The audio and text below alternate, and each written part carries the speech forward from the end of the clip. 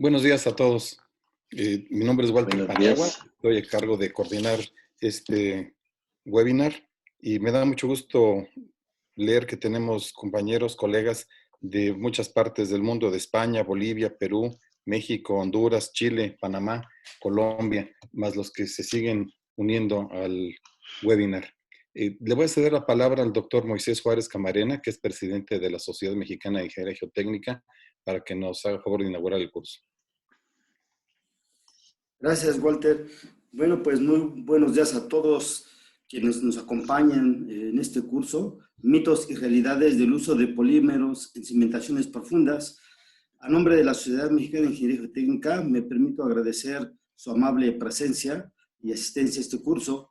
De forma muy especial, agradecer también la participación del doctor Laurent Lluirana, quien será el instructor de este webinar, y al maestro en ingeniería, Walter Iván Paniagua Zavala, quien muy amablemente y con mucha buena disposición ha tenido a bien aceptar la coordinación de este webinar. Pues por mi parte es todo. Espero que este webinar redunde en beneficio de todos quienes participan. Muchos éxitos. Y bueno, siendo las 10 de la mañana con un minuto, doy por inaugurado este webinar. Muy buena suerte a todos. Adelante, Walter. Muchas gracias, doctor Moisés Juárez. Gracias. Bueno, pues simplemente para la mecánica que tenemos para este webinar, el doctor Laurent Lluirana va a dar su conferencia. Las personas que quisieran hacer preguntas lo pueden hacer a través del chat. Las cámaras y los micrófonos están cancelados para los que atienden el webinar, pues para tener un poquito de orden, porque si no se nos vuelve una complicación.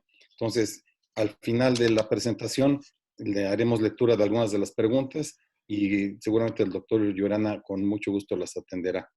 Además, quiero comentarles que se les enviará por correo electrónico a todos los participantes la presentación que verán ustedes. El curso se está grabando, pero no sé si lo vayamos a compartir, eso voy a preguntar. Adelante, Laurent. Ok. Bueno, buenos días a todos primero. Como lo ha indicado el señor Walter, el tema es la presentación de los polímeros para la ingeniería civil, sobre todo para todo lo que es perforación, y ver un poco, analizar un poco los mitos y leyendas que se encuentran en el mercado de la ingeniería civil. Bueno, como ya se entiende, el título de la presentación es Mitos y leyendas en el uso de polímeros. Lo que voy a intentar a demostrar aquí es que hay ideas de la gente en perforación sobre los polímeros que ya tienen quizás un nacimiento en los años 90, 80, 90, 2000, al inicio del uso de polímeros y que ahora no es exactamente siempre lo que la gente puede pensar. Bueno, primero lo que podemos notar es que en ingeniería civil los lodos de perforación son base agua. Sobre la base agua, en los años 90, el 90% de los lodos eran hechos con bentonita. Hoy día, la bentonita representa 75% y lo que se nota es que el polímero ha crecido mucho en el uso de lodo de bentonita, de lodos de perforación. ¿Por qué? Porque a veces la bentonita es un poco difícil utilizarla por un tema de espacio en las obras, en las ciudades, en obras muy compactas, se necesita mucho espacio, tener silos, muchos camiones, tratamiento de los lodos de bentonita es difícil. Y por eso que con el polímero, una de las ventajas es que el espacio necesario es muy reducido.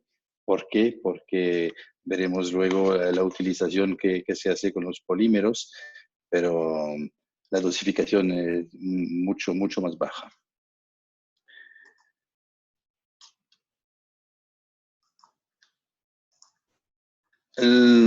Principalmente tenemos 4 monómeros que entran en la composición de los polímeros utilizados en ingeniería civil. No voy a entrar demasiado en la química, solo hay que notar que algunos tienen una carga negativa y otros una carga neutra. No hablaré de los polímeros catiónicos, pero solo contentaremos. Seguramente la gente ha oído hablar de poliacrilamida o de poliacrilato, o también a veces se habla de PHPA, que quiere decir partial hydrolyzed poliacrilamida. Logan, Vamos a ¿nos pasar. podrías ayudar poniendo la presentación de pantalla completa? ¿No está completa? No. Ah, ¿por qué? Yo la encuentro completa en mi... no sé por qué, porque yo la encuentro completa. Lo que hay que hacer es quitar el modo presentador. Sí, estoy en el modo presentador. No, pero en la parte... Ahí, Ahí listo, está. ahí está. Listo, gracias. ¿No estaba antes? No, No. pero ya está. Bueno, disculpa, señores. Bueno, en los polímeros vamos a ver que hay algunos factores que influencian la calidad del polímero y también su empleo. Por ejemplo, cuando el peso molecular es bajo, es 500 o 10.000 Dalton, hablamos de dispersantes. Luego, aumentando el peso molecular, hablamos de coagulantes o floculantes, para terminar con los viscosificadores, que son los polímeros que se emplean para hacer lodos de perforación.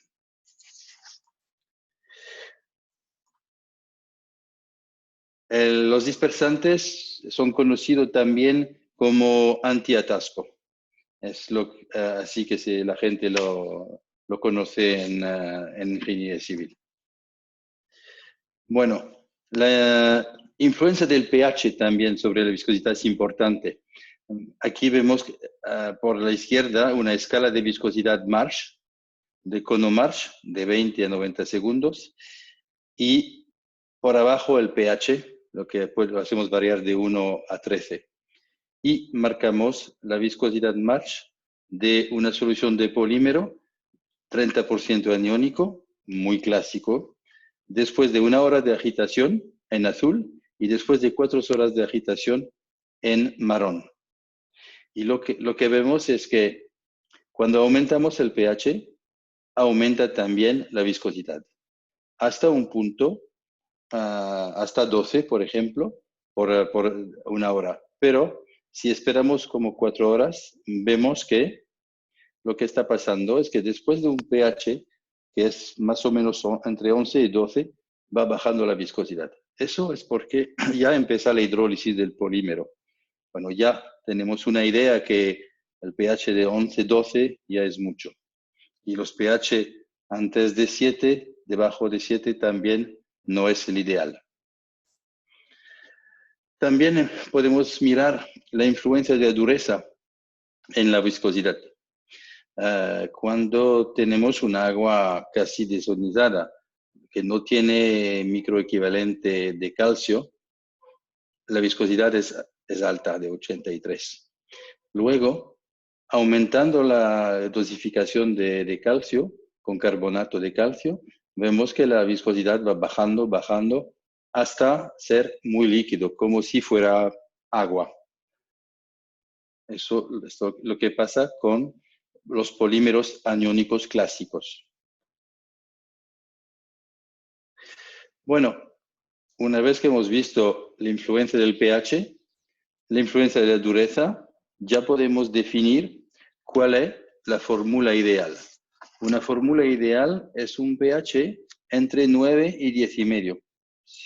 Hemos visto en las curvas interiores que entre 9 y 10,5 el pH, aunque sea 4 horas, aguanta y queda alto.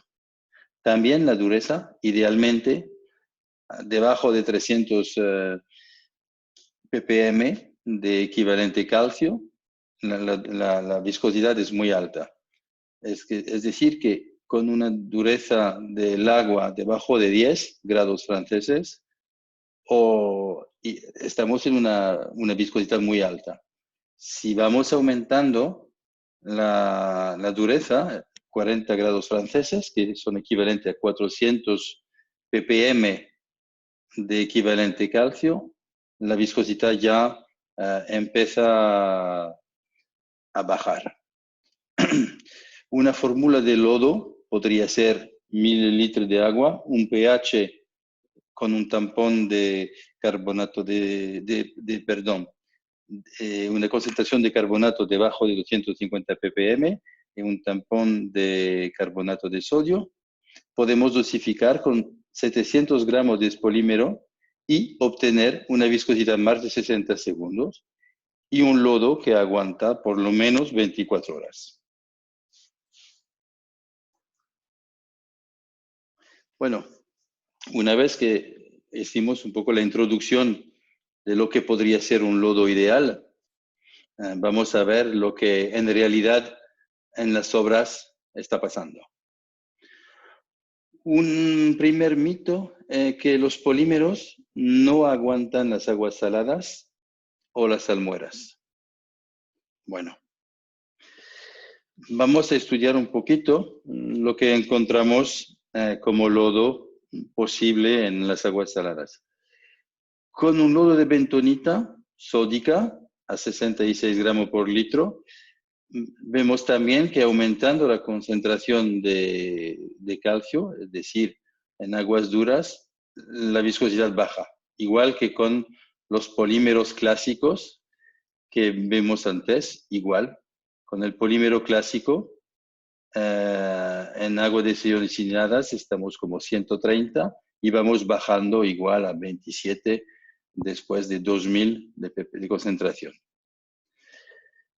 Pero con unas series de polímeros especiales estudiados, por supuesto, que aguantan las aguas saladas, después de 4 horas, con 1 gramo por litro, tenemos 80 segundos y con una concentración de calcio que es de 2000 ppm, es decir, es un agua de mar. Después de 72 horas también tenemos una estabilidad. Solo perdemos 10 puntos de viscosidad después de 3 días. Bueno, es decir que la perforación en aguas saladas con unos polímeros sí que es posible. No con todos, eso está clarísimo, pero existen polímeros con los cuales se pueden hacer perforaciones en aguas saladas o en salmueras. Unas de las perforaciones que se hicieron en este tipo de condiciones es, por ejemplo, unas perforaciones en Hong Kong, unos avances de los pozos de introducción de la tuneladora en Hong Kong para un proyecto que se llamaba Tuen Mun, que Sheikh Lap Kok es uno de los túneles los más grandes de diámetro que se hicieron en estos últimos años. También, y eso está claro, al lado del mar con infiltraciones de aguas saladas. Otra realización que se hizo es la ruta de litoral en La Reunión. Se hicieron pilas en agua de mar y las fórmulas de los lodos de perforación se hicieron directamente con agua de mar y polímero, claro, empleado en este caso. Otro mito que existe es que los polímeros en suelos blandos o sueltos no se pueden utilizar. Vamos a ver aquí que este mito también no es la verdad, que existen polímeros que se pueden utilizar en suelos blandos o sueltos. Un ejemplo, por ejemplo, de suelo de arena, con un lodo de polímero tradicional, lo que pasa es que el lodo entra en el suelo. Ahora, Si utilizamos una fórmula, un lodo de perforación con dos polímeros, con el lodo que hace la viscosidad de un polímero auxiliar que hace como una barrera. En este caso, la barrera hace que el fluido de perforación base polímero no puede entrar en el suelo porque el polímero auxiliar ha entrado primero y luego pude hinchar y ocupar todo el volumen libre y así bloqueando la entrada del resto del lodo de perforación, haciendo como si fuera un filter cake interno, como podría hacer, por ejemplo, la bentonita. Otra posibilidad es un polímero desarrollado, por supuesto, con solo un polímero y no con dos en este caso. En una célula transparente ponemos arena, 10 centímetros de altura, ponemos un lodo de perforación colorado en azul y ponemos presión y hacemos la medida de la penetración del lodo en función del tiempo. Hemos elegido una viscosidad de 80 segundos, una arena de tamaño 0,5 a 1,5 y hemos calculado durante 30 minutos. El gol de esta experiencia es de encontrar un polímero que puede ralentar, frenar o impedir la penetración del lodo de polímero. Y eso, hemos encontrado un polímero después muchos trabajos, que después de 30 minutos, aunque tiene una presión de 3,5 bar, solo penetra de 3,7 centímetros. Y eso es una gran ventaja. Ahí en el polímero, en la formulación del polímero, tenemos un cobinder catiónico que tiene mucha afinidad con el suelo, especialmente con las partes hidrofóbicas de las arenas, y se va a colocar con las arenas. Y luego, si como la carga es positiva, el polímero de perforación, que en general es negativo, él se va a colocar con la carga positiva. Y eso va a ser como un film, como vamos a decir, un microfilter cake que puede aguantar la presión, distribuir la presión y también no permite al lodo de perforación de entrar en el suelo. Ese es un producto único. En el primer caso que presenté con un polímero de perforación, el polímero auxiliar, el doctor Paniagua conoce bien este tema porque lo utilizó en algunas ocasiones en México. Con este polímero para suelos blandos y sueltos, hemos realizado varias obras. En la extensión de la línea del BTS de Bangkok, que es en un suelo bastante blando, se utilizó una fórmula mixta con un polímero de perforación y un polímero anexo, que es un polímero de alta reticulación y que absorbe el agua. En el Icon Siam Mall en Bangkok se hicieron algunos pilotes con un polímero único que tiene el cobinder positivo, el segundo que hemos visto. Y en Dubai, en el New Residential Market Area, pero se hizo también antes, desde como 15 años, en Dubai se utiliza un lodo mixto con un polímero de perforación y un polímero auxiliar.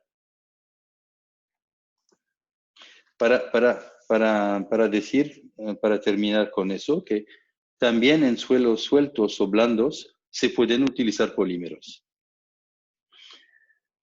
Ahora vamos a ver lo que está pasando cuando tenemos fracturas hidráulicas inducidas o naturales. Cuando tenemos una fractura en el suelo, que sea inducida o que sea natural, en general tenemos una pérdida de lodo y un riesgo de colapso del pozo. Tenemos dos tipos de tapones. Uno que, perdón, que es muy flexible y en este caso podemos utilizar como Loss Circulation Material, LCM, como tapón superabsorbentes que se pueden añadir en el lodo. Los superabsorbentes van a penetrar la fractura y luego van a hinchar tomando agua y luego se va a obturar y no vamos más a perder lodos. Eso se puede hacer con un superabsorbentes o también con una emulsión reticulada, con emulsiones reticuladas. Y en este caso, el tapón va a ser mucho más rápido, mucho más reactivo y la recirculación del lodo se va a hacer de manera natural y todo el exceso va a subir con los recortes y se va a eliminar del pozo, de la perforación. Luego tenemos otro tipo de tapón, los tapones rígido o semirígido, que son resinas con un nombre de la familia de los Fosset Gel. Estos productos son súper interesantes porque tienen una capacidad muy interesante. Por ejemplo, podemos calcular el tiempo de la reacción química que hace que esta resina se endurece. Es decir, que la resina va a entrar en la fractura, se va a endurecer y nosotros podemos hacer variar el tiempo de endurecimiento de 30 segundos a 30 horas. Esta técnica sale usada para las fracturas, por ejemplo, en suelos de carbonato de calcio y también es utilizada, por ejemplo, para hacer plug and abandon en los pozos de petróleo. Cuando un pozo de petróleo se quiere abandonar o se quiere cerrar de manera temporal o definitiva, se puede utilizar esta resina.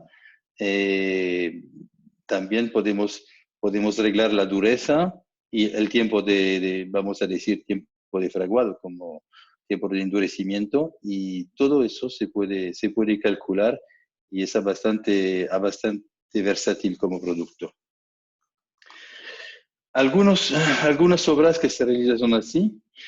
En SMP, en París, es una obra de geotermia y con las emulsiones se hizo con emulsiones reticuladas para pasar unos puntos de multifracturas, que era un suelo muy de carbonato de calcio, de alta fracturamiento, y con las emulsiones reticuladas añadidas al lodo de perforación, lo pasaron muy bien.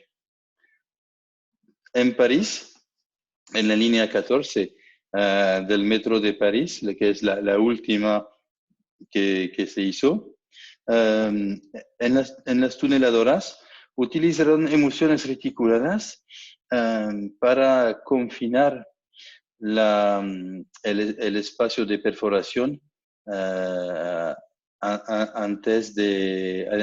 adelante de la tuneladora y para rellenar las fracturas que podían encontrar.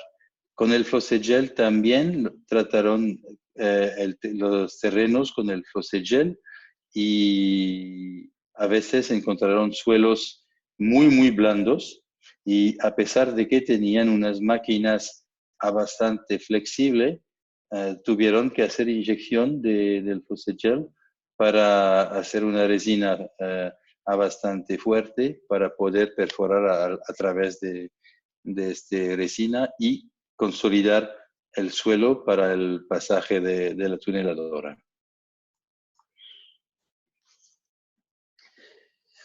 Ahora, otro mito que existe, el uso de bombas tradicionales puede ser compatible con los polímeros.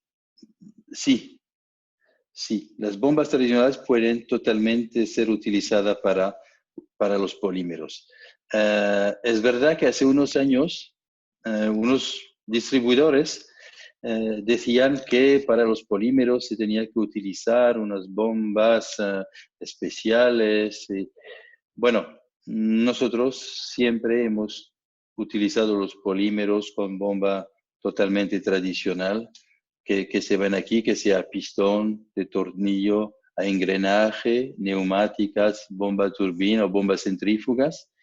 En función del caudal que necesitamos, empleamos solo una o la otra o nos adaptamos con las bombas que están en la obra. No tenemos que utilizar bombas dedicadas para el polímero.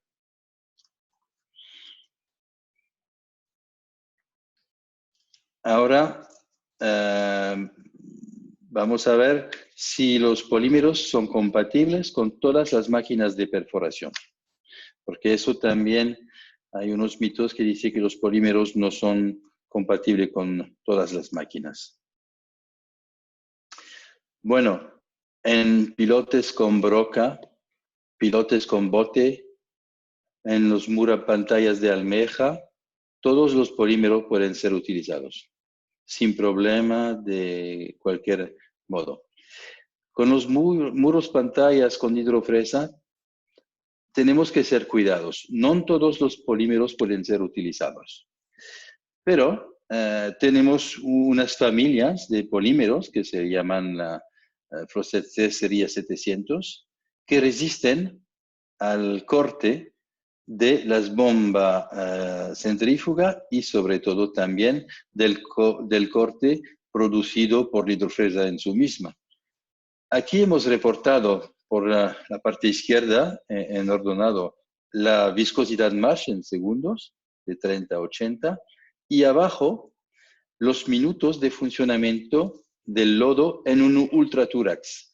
El Ultraturax es una máquina, una turbina, que tiene un efecto de corte muy alto y durante 9 minutos normalmente pocos polímeros pueden aguantar este tipo de corte. 4 minutos y medio es más o menos la cantidad de corte que puede provocar una hidrofresa en varios siglos de rotación del polímero.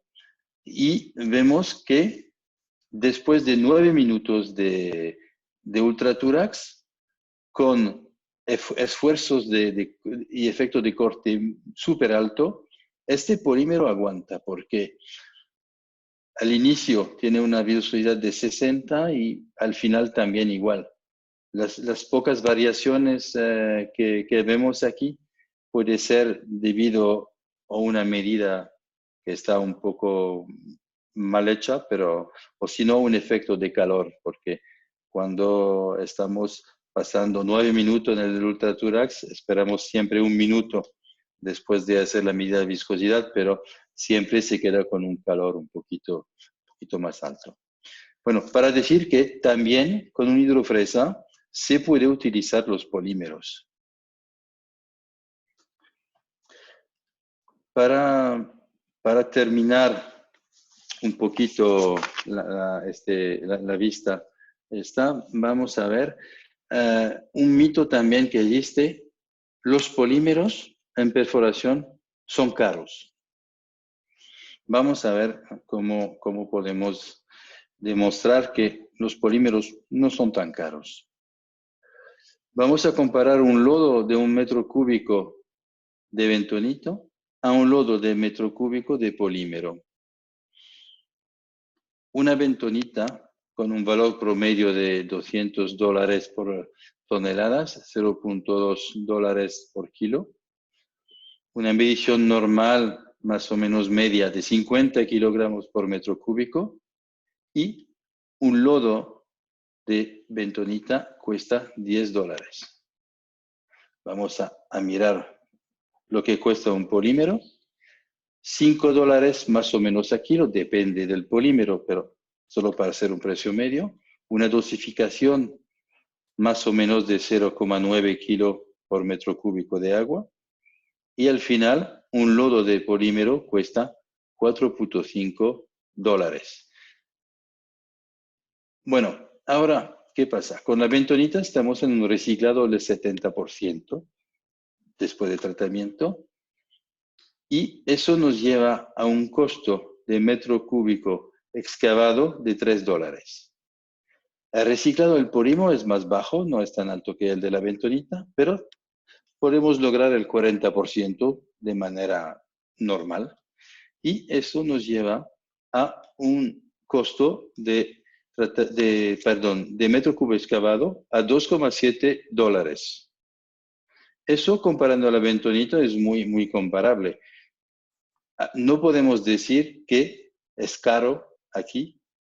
El costo de un metro cúbico excavado por el polímero, o a lo menos es comparable a lo de la bentonita.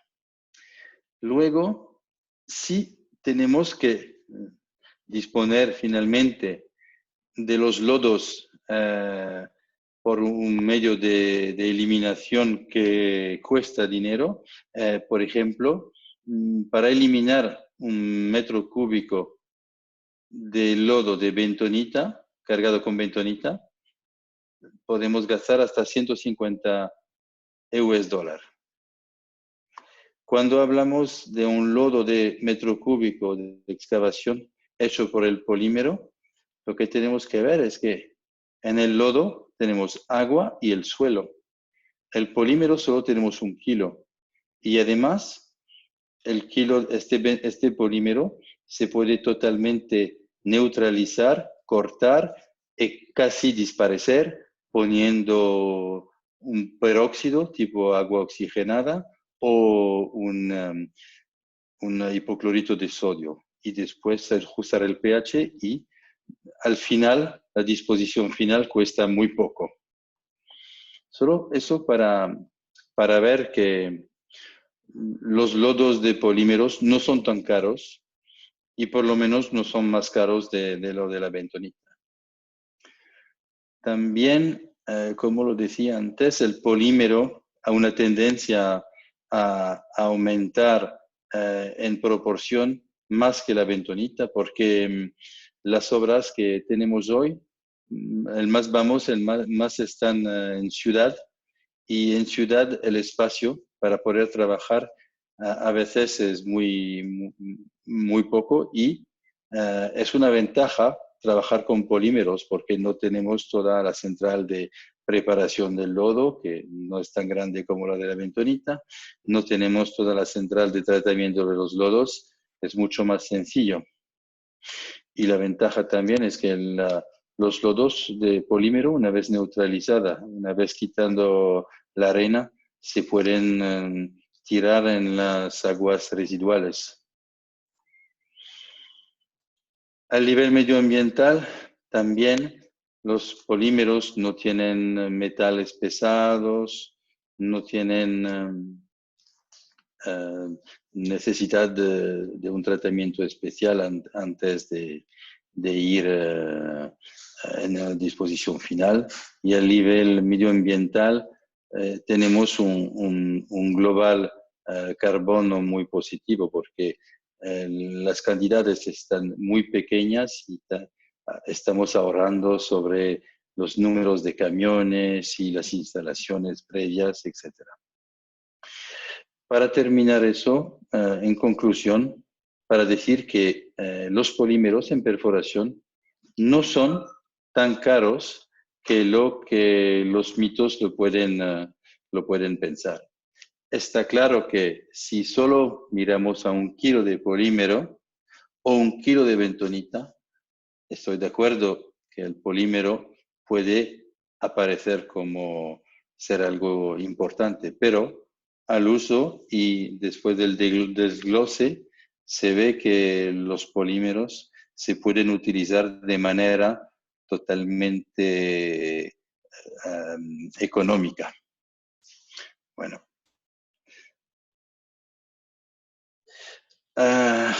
Aquí tenemos una lista de personas que en América del Sur y en México pueden ayudaros en caso de unas preguntas más o en caso de dudas. Ahora el doctor Paniagua va seguramente a analizar las preguntas y hacer algunas, y ya veremos si después hay más preguntas y más dudas que nosotros, el equipo de SNF, puede aclarar. Muchas gracias a todos los participantes y estoy a la atenta de las preguntas. Muchas gracias, Logan. Pues efectivamente tenemos muchas preguntas y voy a tratar de agruparlas por temas. Sí. El primer tema que a todo mundo le llama la atención es la preparación del polímero en agua salada. ¿Qué características debe tener el polímero en este caso? Bueno, en este caso, el polímero no es como se lo puede imaginar, un polímero clásico. El polímero tiene un monómero muy, muy especial que aguanta las aguas saladas. Y es el que está encargado de neutralizar el sal y también, por su estructura, da una cierta rigidez al polímero que lo impide de agruparse. En la presentación tengo unas diapositivas que pueden, si pueden enseñar otra vez, que podrían dar una explicación. No sé si estás viendo mi... Adelante, tenemos bastante tiempo. Ok, bueno. Aquí, ok. Bueno, eso es todos ven bien, si se ve. Aquí tenemos los polímeros, se presentan así en agua. He representado en rojo las cargas negativas y en blanco los monómeros que no son carganos, que no tienen cargas, que son neutros. Para que el polímero desarrolle viscosidad, tenemos que tener un desarrollo completo de la cadena en agua. Es como una, no sé cómo se llama, pelota de lana, ¿cómo se dice? Una bala de lana, y es que hincha. Y eso es debido a la repulsión que tenemos entre los participantes de los hidróxidos del agua. Dos cargas negativas se rechazan, se repelan. Cuando pasamos en un agua salada, lo que está pasando es que tenemos, o en salmueras, tenemos cargas que tienen dos cargas positivas. ¿Qué va a pasar? Va a pasar que las cargas positivas van a atractar, se dice atractar, sí, las cargas negativas. Y lo que pasa en este caso es que el polímero se cierre. No se puede abrir, pero se va a cerrar. Y en la estructura de los polímeros que nosotros tenemos para aguantar el agua de mar, en la estructura misma del polímero tenemos unos elementos que rechazan al sal y además dan una cierta rigidez a la cadena, es decir, que no permite a la cadena de cerrarse de nuevo. Una vez que está abierta, se queda bastante abierta. Es la elección de un monómero especial que entra en la composición del polímero que permite de aguantar. Muy bien. Espero que... Es un poco químico, pero el tema que el polímero aguanta es debido a su composición. No tiene nada que ver con la preparación. La preparación es totalmente normal. Vamos a tomar la agua que existe, el agua de mar. Vamos a poner un pH entre 9 y 10,5 y punto final. No podemos arreglar la dureza, nada. Y con eso es suficiente para poder tener una solución que aguanta. Muchas gracias. De nada. La siguiente grupo de preguntas se refiere a el uso de polímeros cuando se tiene necesidad de utilizar un polímero auxiliar. Las preguntas son, ¿cuál es el polímero auxiliar? ¿Cómo se aplica el polímero que puede crear un cake parecido al del lodo bentonítico? Sí, bueno, los polímeros auxiliares son de dos tipos. El primer tipo son lo que la gente en general llama los SAP, superabsorbentes, pero no todos van bien. Tienen que ser bastante finos. ¿Y cómo se aplican? Bueno, antes de hacer hay dos posibilidades. O tenemos un análisis del suelo y sabemos que entre, no sé, 30 y 40 metros vamos a encontrar un suelo poco difícil. En este caso, ya desde el principio podemos preparar ya en la superficie una dispersión de superabsorbente y inyectarla en el mismo momento que el lodo de perforación clásico. ¿Qué va a pasar? El superabsorbente va a ir en el suelo, va a hinchar más y luego va a ser como un filter cake interno. Eso es una primera posibilidad. La segunda posibilidad es que solo lo utilizamos cuando se necesita, es decir, cuando vemos que hay una pérdida de lodos. En este caso, con los superabsorbentes, lo mejor es tener una bolsa de plástico, estirarla en la perforación y así, y abajo, con el torque o con el bucket, con lo que sea, o con la hidrofresa, se puede romper la bolsa y si tenemos pérdidas por una fractura o por lo que sea, el polímero naturalmente va a ir con el fluido, el superabsorbente va a ir con el fluido y poco a poco va a hinchar, absorber el agua y tapar la fractura. Eso era para el SAP. Otra posibilidad es la que hace como un tapón. Es una emulsión,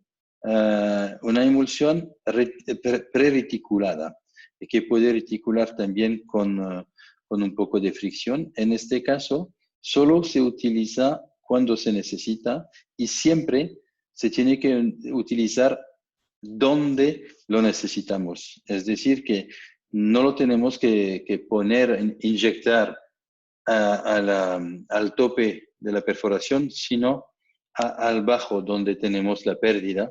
Y allí también se puede utilizar una bolsa de plástico. Es un líquido. Ponerlo y luego romper la bolsa con el torque o con el bucket o la almeja o la hidrofresa igual.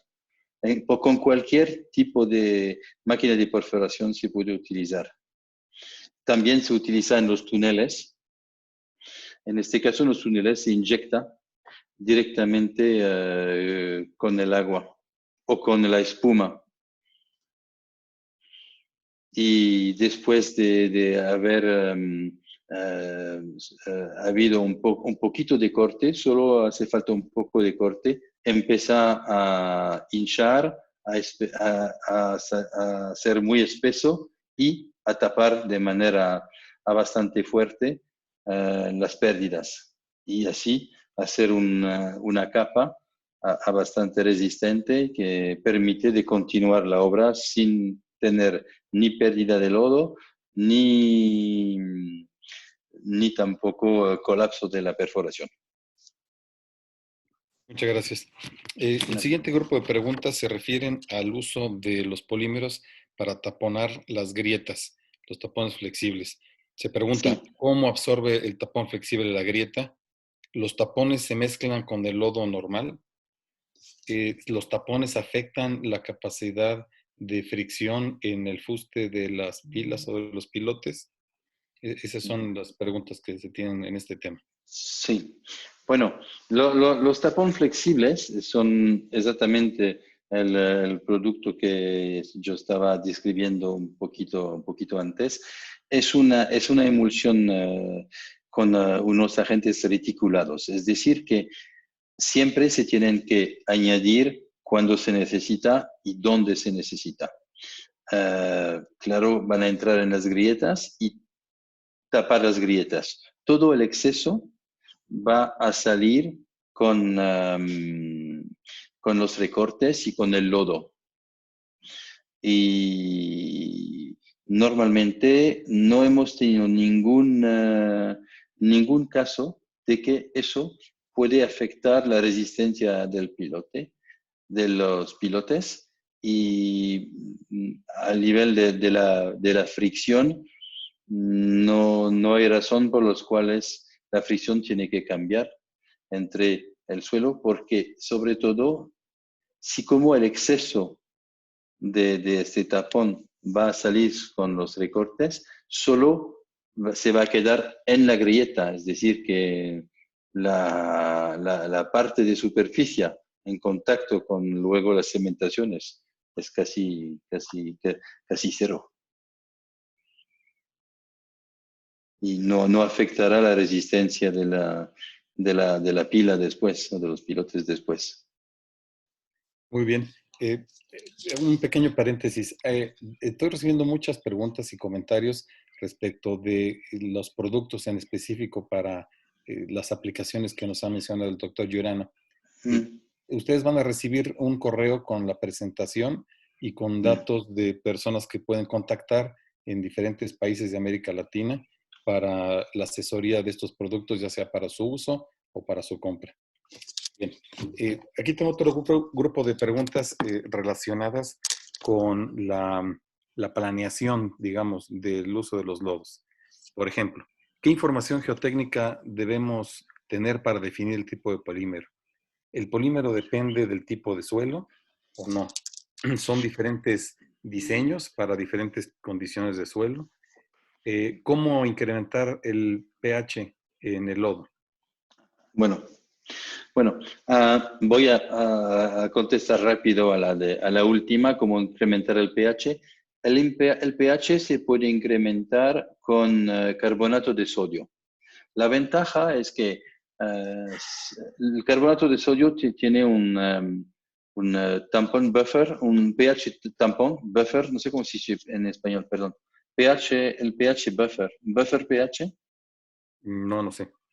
Es un pH tampón, es decir, que es una playa de pH por lo cual no se mueva, es muy estable, de más o menos 9,7, 9,8. Una adición de carbonato de sodio permite de aumentar el pH normalmente hasta un 9,7, 9,8, que está perfecto. Si no es suficiente por una razón X, se puede ajustar con NaOH, hidróxido de sodio, de manera muy sencilla. Con un hidróxido de sodio diluido al 20 o al 30, y se puede ajustar el pH, aunque prefiero que se haga solo con carbonato de sodio. Luego, ¿cómo se puede elegir un polímero por el tipo de suelo? Yo diría que más que el suelo, es el pH o la dureza de las aguas que vamos a encontrar o que tenemos en el campo. Si estamos al lado de mar, no podemos utilizar un grado normal de polímero. Necesitamos utilizar un polímero que ya resiste al sal. Si sabemos que vamos a pasar por salmueras, porque tenemos un análisis de suelo, yo diría que también tendríamos que utilizar este tipo de polímeros que resiste a la sal. Ahora, si estamos con suelos arcilosos, un polímero muy clásico, un 30% aniónico, por ejemplo, está muy bien. En suelos, si luego encontramos suelos abiertos, o no sé, arenas o gravas, tendríamos que tener una viscosidad un poquito más alta y, bueno, eso se logra con un aumento de dosis del polímero y también un auxiliar de perforación tipo superabsorbentes. Es una posibilidad. Si ahora tenemos la mayoría del suelo, que es una arcilla, una arena arcillosa o arenas o gravas, yo diría que desde el principio mejor utilizar el polímero que es bicomponente, que es con el catalizador catiónico, que permite la perforación en suelos blandos o en suelos arenosos. Eso es algo que para mí ya está evidente. Si tenemos más arcillas que arenas, mejor utilizar un clásico con un segundo polímero. Si estamos en una zona de arenas más que de arcillas o de gravas, mejor ir directamente con el polímero mixto, el que tiene el catalizador. Y si estamos en suelos muy blandos, yo diría que la perforación se podría hacer también directamente con el tapón flexible que hemos visto, que es la emulsión reticuladas, además.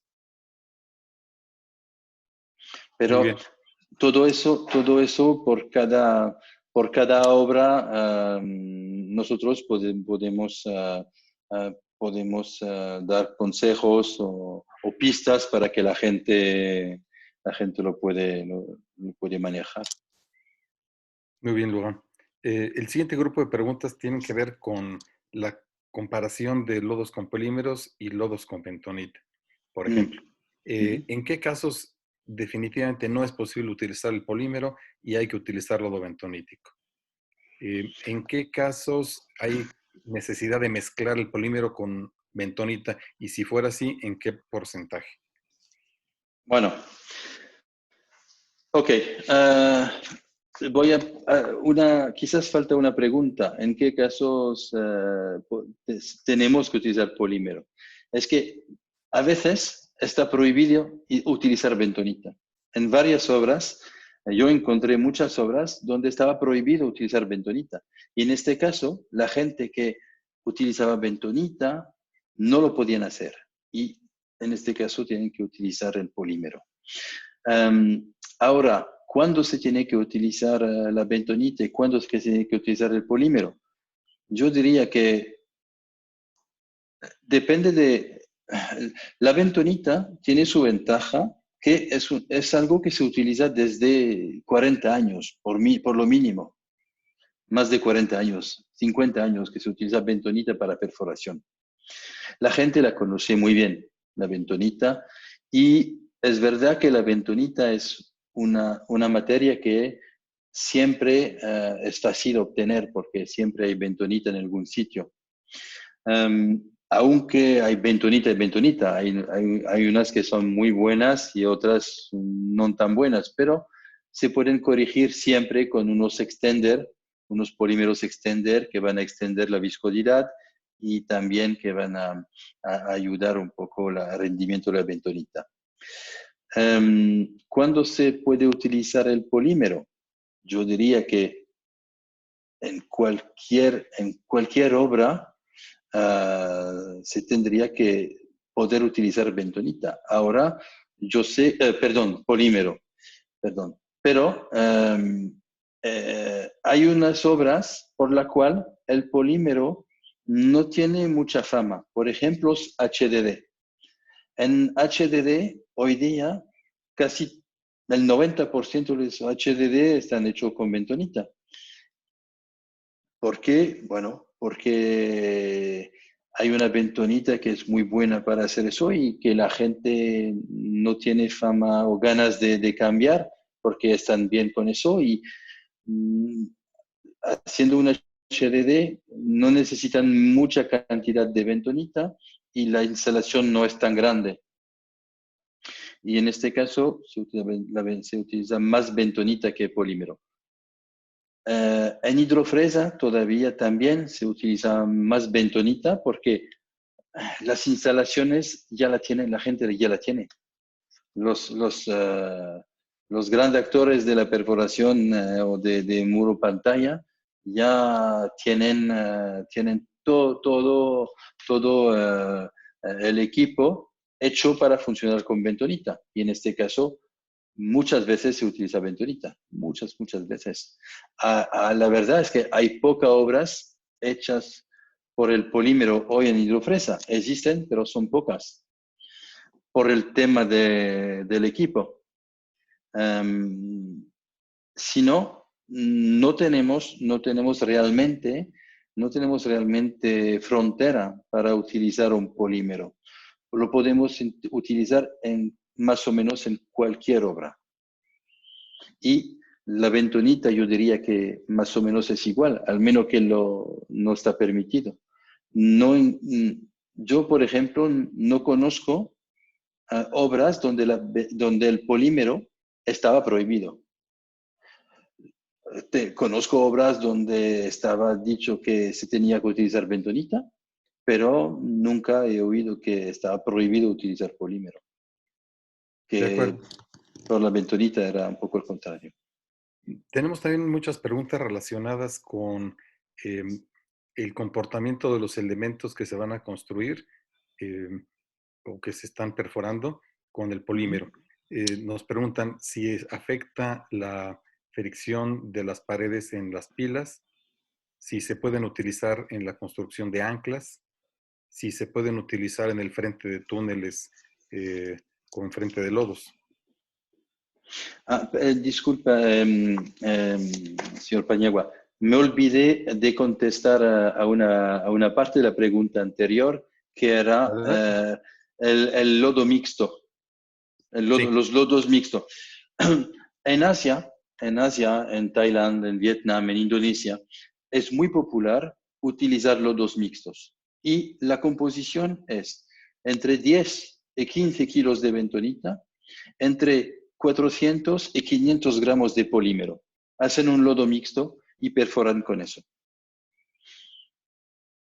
Eso es y hacen de todo, hacen de todo. Creo que no tienen hidrofresa presente, pero más o menos hacen todas las perforaciones posibles con este. Es ¿cómo vamos a decir? Es una habitud, es una costumbre en esta región de hacerlo así. Lodo mixto, 10 a 15 kilos de bentonita y 400, 500 gramos de polímero. Muy bien. Repito el grupo de preguntas anteriores. Sí. El comportamiento de los elementos que se están perforando. La fricción en las pilas de cimentación, en las paredes de la perforación. Si se puede utilizar en anclas que están trabajando a fricción, básicamente los bulbos inyectados. Y en el frente de los túneles. Ok. Bueno, filas y fricción. Si como el polímero, cuando se hace una perforación con polímero, no tenemos filter cake, no necesitamos limpiar el pozo antes de hacer una cimentación. Y además, el espacio entre el suelo, el cemento, después de cimentación, casi es cero. Es decir, que la fricción va a ser mucho mayor con una pila hecha con un polímero que con una pila hecha con bentonita, donde queda siempre un filter cake que baja la fricción entre el suelo y la cimentación. Para las anclas, bueno, hemos hecho obras donde las perforaciones de las anclas se hicieron con polímero. Ahora también es un poco la misma cosa. El tema de fricción. No teniendo un filme, no teniendo un filter cake entre el suelo y la perforación, no tenemos una pérdida de fricción una vez que se hace la cimentación. Por lo que hablamos del frente de túneles, los polímeros utilizados en los frentes de túneles lo son de dos maneras. O son aditivos que se ponen en el lodo de la bentonita para mejorar la calidad de la bentonita. En este caso es más o menos un kilo por metro cúbico de bentonita. O son polímeros, emulsiones líquidas que vienen añadidas a la espuma que sirve para hacer la perforación. En el primer caso estamos en tipo de presión ¿cómo se dice? EPB, para presión de tierra con espuma y polímero. En este caso son emulsiones para que la mezcla se haga bien, rápido, y para el tema que hay poco espacio en los frentes de túneles. Y en el otro caso estamos más con TBM clásicos que utilizan lodos de bentonita en perforación y una adición directamente en la preparación del lodo de un polímero. Y luego hay otros polímeros aditivos que no son los polímeros de perforación, sino que son aditivos, como los dispersantes, por ejemplo, que se pueden añadir para facilitar la dispersión, o como los tapones flexibles también, o los superabsorbentes también que se pueden utilizar. Pero para el tema de perforación, que lo que es más el enfoque de hoy, los cortes de frente del túnel sí que se emplean polímeros y con mucho suceso. Muchas gracias, Logan. Bueno, pues para despedirnos, te pediría por favor si quitas la vista de pantalla y enciendes tu cámara de video. Sí. No sé si puedo hacerlo. Sí, ahora sí. Listo, muchas gracias. Bueno, pues si Hamlet estuviera con nosotros, tal vez la pregunta sería ¿lodo bentonítico o lodo con polímero? Esa es la cuestión. Muchas gracias al doctor Laurent Jurana por compartirnos. Gracias a todos ustedes. Y muchas gracias a todos los asistentes por habernos acompañado. Que tengan buen día. Hasta luego. Gracias, hasta luego.